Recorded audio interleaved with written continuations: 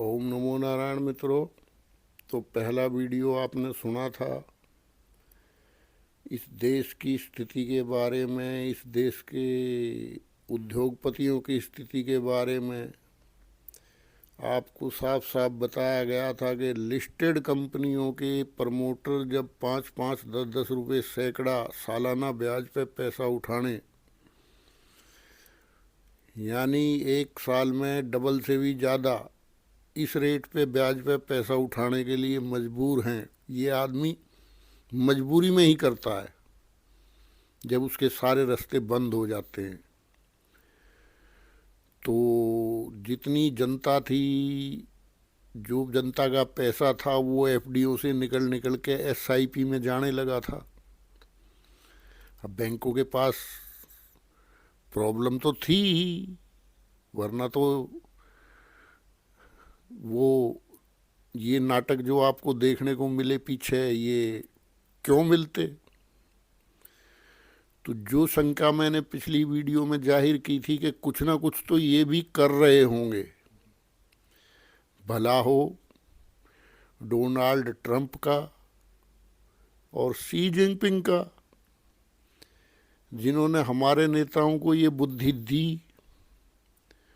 और ठीक है, अब बहुत बढ़िया विश्व की ऐतिहासिक, जो इंडिया की ऐतिहासिक लिक्विडिटी आपके बैंकों को प्रोवाइड की जाएगी। अब लाल फीताशाही में शक है, क्या ये लिक्विडिटी उद्योग धंधों को बढ़ावा दे पाएगी? जिस तरह से हम चाइना के इंपोर्ट पे आधारित हो गए हैं कि जो चीज़ हम इजीली भी बना सकते हैं वो भी इंपोर्ट हो रही है। और टिकटॉक बंद करके ये गाल पीट रहे थे कि हाँ हमने देखो ये कर दिखाया। ऐसे हमारे नेता हैं। लेकिन चलो, देर आए दुरुस्त आए। और इस आदमी ने तो गुजरात में ये काम करके दिखाया था। बहुत बढ़िया इंडस्ट्रियल ग्रोथ दी थी गुजरात को। लेकिन यहाँ इनके इंजन पिंजन सब फेल हो रहे हैं क्या। और वैसे भी हम भी कुछ इस प्रकार की जनता हैं कि हमें पप्पू, फेंकू, खुजलीवाल, इस तरह से नेताओं का उपहास उड़ा के जो जनता खुश होती हो, उसके मनोरंजन का विषय हो नेता, तो उस जनता को चूसा ही जा सकता है। उसके लिए करेंगे क्या, आप बताइए। तो क्या इज्जत हम अपने नेताओं को देते हैं, ये हमें भी सोचना पड़ेगा। और ऐसे नामों से संबोधित ना करके, उपहास ना उड़ा के उनका हमें सम्मान करना चाहिए। बाकी चूस तो पूरा रहे हैं। टैक्स इन्होंने इतने लगा रखे हैं कि बस पूछो ही मत। ऊपर से लाल फीताशाही, नोटिस, डंडे, हर तरह की इन्होंने ऐसा एनवायरनमेंट पैदा कर रखा है देश में कि यदि आप एक सुई भी आज बनाना चाहो तो आपको पता नहीं क्या क्या करना पड़ेगा। हाँ, योजनाएं बहुत हैं, लेकिन उनको जो इम्प्लीमेंट करने की नीयत है वो बिल्कुल भी नहीं है। इंस्पेक्टर राज ऐसा का ऐसा ही है। आज सैकड़ों तरह के टैक्स हैं। अब इसमें तो हम व्यापार घाटा खाते ही जाएंगे ना। अगर ये स्थिति रही तो हमें तो कुछ बनाना तो पड़ेगा। तो भ्रष्टाचार भी, लाइनें, हर जगह लाइनें। आज ये कर लो तो वहाँ लाइन, आज वो कर लो तो वहाँ लाइन। तो इस एनवायरनमेंट से तो देश को निकालना पड़ेगा। जितनी टेक्नोलॉजी आई उतनी ज़्यादा लाइनें बढ़ गई। देखो आप, मजे की बात। तो हम लोगों का तो ऐसा सिस्टम है ना कि टेक्नोलॉजी भी हमारा भला नहीं कर पाई। अब ठीक है, इनकी नीयत में अगर फर्क नहीं होता तो आज डेमोग्राफिक डिविडेंड हमारे पास है। विश्व की सबसे बड़ी जनसंख्या है, हम किसी को भी पछाड़ सकते हैं। उन लोगों के पास काम नहीं है, काम है लेकिन हाथ नहीं है। हमारे पास सब कुछ है, डिमांड भी है, काम भी है, हाथ भी हैं, लेकिन लाल फीता शाही ने, जो इंस्पेक्टर राज ने जो मेरे देश का हाल कर रखा है, आप सबका डेली पाला पड़ता है इन बातों से। क्यों? कि मैं एक साधारण आदमी हूं, मैं कोई अर्थशास्त्री नहीं हूं। अर्थशास्त्री की सोच सीमित हो जाती है, उसके सामने एक लक्ष्य होता है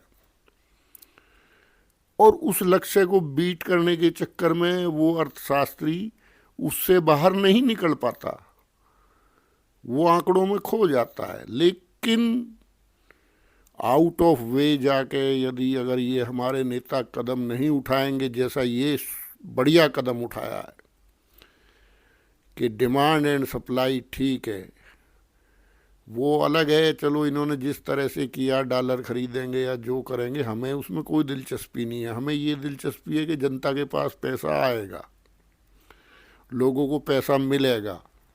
अभी तक तो उद्योगपतियों को ही नहीं मिल रहा था, वे बेचारे 5-10 रुपये सैकड़ा महीने के ब्याज पे उठा रहे थे, गोलियां चल गया। फिर जहां ऐसा होता है तो वहां फिर नाटकबाजी जैसा हुई है आपके सामने है।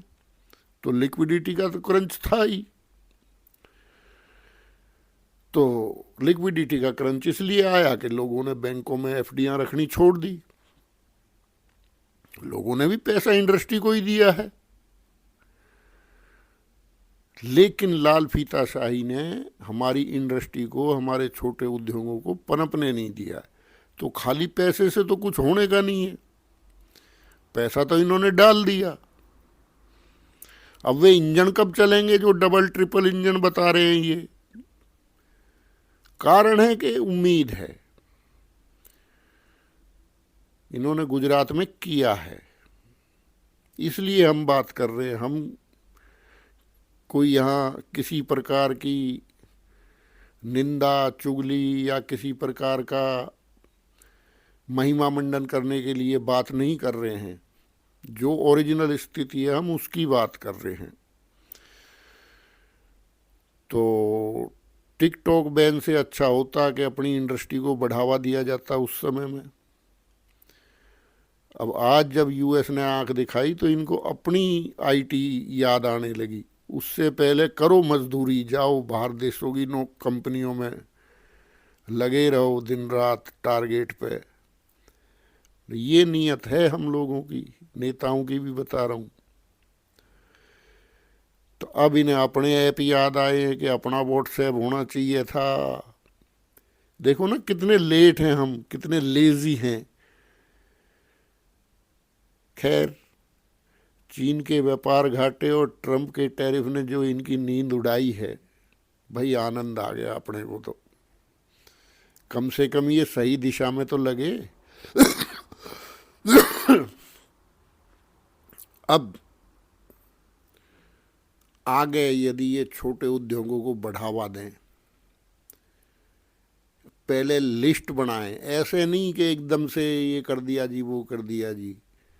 पहले लिस्ट बनाएं कि क्या क्या चीज़ें हम अपने यहाँ प्रोडक्शन कर सकते हैं, उन चीज़ों को बैन करें या उन पे ये भी टैरिफ लगाएं चाइना से। चाइना ने कितनी अच्छी तरह मुकाबला किया है। चाइना के तो कई साल हो गए, बाइडन के टाइम से ही चाइना के पीछे पड़े हैं ये लोग। अभी कर लो बात। इन्होंने टैरिफ लगाया, उन्होंने चांदी उठा ली मार्केट से सारी कि चलो जी हमारी तो माइन से चल रही है ऑल वर्ल्ड में। चाइना की ऑल वर्ल्ड में उसने माइने, ये जो भी खनिज की जो भी है माइंस, ऑल वर्ल्ड में चला रहा है चाइना, क्योंकि उसके पास हाथ हैं और उन हाथों से वो काम ले रहा है। उनकी जनता के पास काम है और जिसके पास काम है उसके पास पैसा होता ही है, इसमें तो कोई दो राय नहीं है। तो उन्होंने अपनी जनता को ऐसा एनवायरनमेंट दिया कि आज वो विश्व में जाके खनन कर रहे हैं पूरी दुनिया में। एक ये हैं जी हमारे, क्या छोटी छोटी चीज़ें, तुम्हारी दिवाली के दिए तक। अच्छा, जनता का इसमें कोई दोष नहीं है। जब इन्होंने स्वदेशी का चलाया, जब जब जब जब जनता ने चाइनीज प्रोडक्ट खरीदने बंद कर दिए, लेकिन गलती नेताओं की है कि ये अल्टरनेटिव नहीं दे पाए, और फिर घूम फिर के हमें खाली नाटकबाजी इन्होंने दिखाई टिकटॉक विकटॉक बैंक करके, उसके बाद वहीं के वहीं आ गए और इंपोर्ट और बढ़ गया। अब यदि इस तरह इंपोर्ट बढ़ता रहा और इसी तरह से हम चलते रहे तो एक दिन हम चाइना के गुलाम हो जाएंगे। वैसे ये भी एक तरह की गुलामी है, जो व्यापार घाटा है ये भी एक तरह की गुलामी है। इसे क्या आप आज़ादी समझते हो? आप अपनी चीज़, डेली यूज़ में आने वाली चीज़ें भी आपके घर में अब सब चाइनीज़ हो गई, तो कम से कम इतना तो करो। तो अब ये लाल फीताशाही हटानी पड़ेगी। छोटे छोटे जो उद्योग हैं, आज ये क्लियरेंस ले, आज वो क्लियरेंस ले, फलाना कर डिकड़ा कर, मतलब इतनी लाल फीताशाही है यहाँ कि कोई रिस्क में पड़ना ही नहीं चाहता। ये कौन झंझट मोल ले, लाइन में लगे ही रहोगे। तो ये सब बैरियर हटाने पड़ेंगे इन लोगों को यदि compete करना है चाइना से। तो ठीक है, जो ये कदम उठाया है ये अच्छा कदम है, इसको सराहना करनी चाहिए हमें गवर्नमेंट की, और आगे कुछ और बड़ा कदम उठाने की हम उम्मीद करते हैं। क्योंकि देखो, ये तो ब्लैकमेल करेंगे, चाहे चाइना हो चाहे अमेरिका हो, इन लोगों का तो काम ही है। तो इनके आश्रित होकर तो हम नहीं रह सकते ना। हमारे पास तो हाथ है, डेमोग्राफिक डिविडेंड जिसको बोलते हैं वो है। अब उससे काम कौन लेगा, उसको एनवायरनमेंट ऐसा कौन देगा? ये तो नेताओं का ही काम है ना भाई, इसमें हमारा आप कुछ नहीं कर सकते। तो आशा करता हूँ भारत अब एक मैन्युफैक्चरिंग हब बनेगा। हाँ, जिस तरह का इन्होंने इंफ्रास्ट्रक्चर तैयार किया है, क्योंकि जो बोलना है वो बोलना है भाई। देखो, सड़कें इन्होंने जो इंफ्रास्ट्रक्चर बनाया है वो गजब का बनाया है, और शायद मैं तो ये भी कहूँगा कि वो जो मंत्री जिसने ये सब इंफ्रास्ट्रक्चर वगैरह निर्माण किया है, उसकी टांग खिंचाई ना करके और उसको अब उद्योग विभाग दे दिया जाए, या जितने भी टैक्सेशन वाले विभाग हैं वो दे दिए जाएं। दो दो मंत्रालय उसको दे देने चाहिए। उल्टा काम करने वाले की तो इस देश में टांग खिंचाई होती है।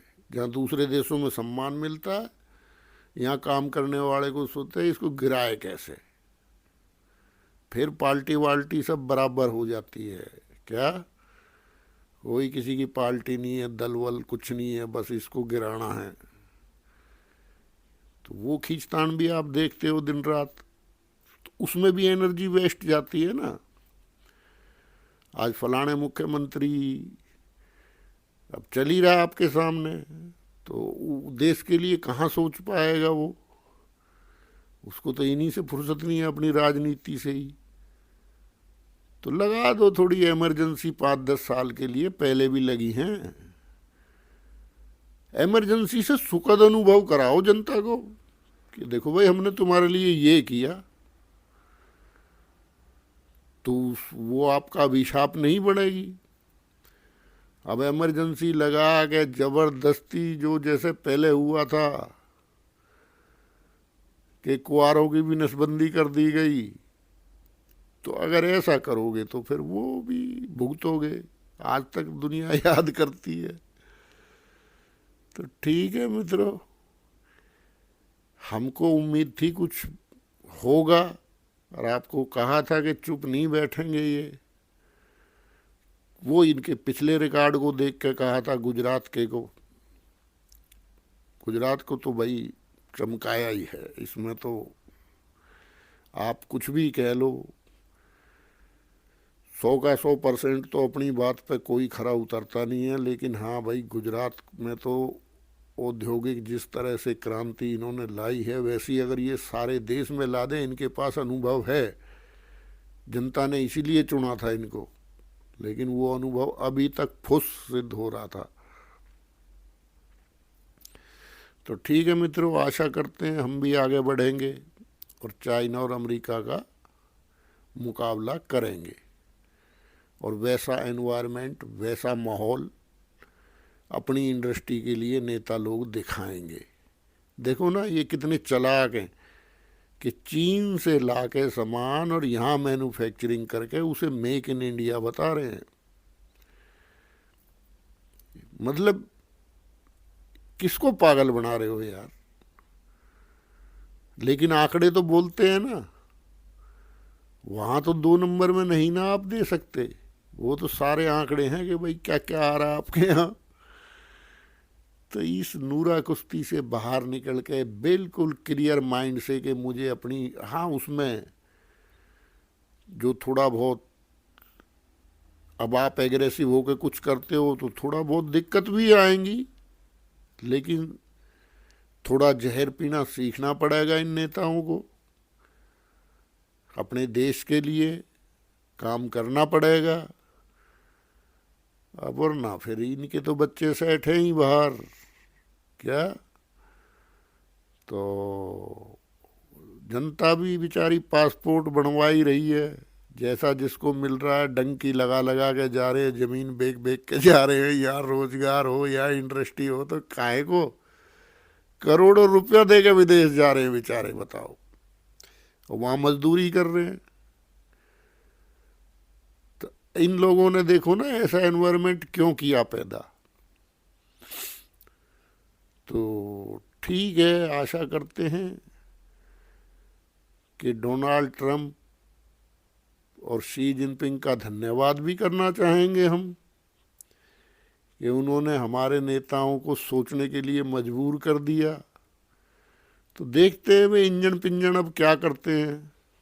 क्या हम तो डिब्बा है भाई, क्या हम तो डिब्बा है।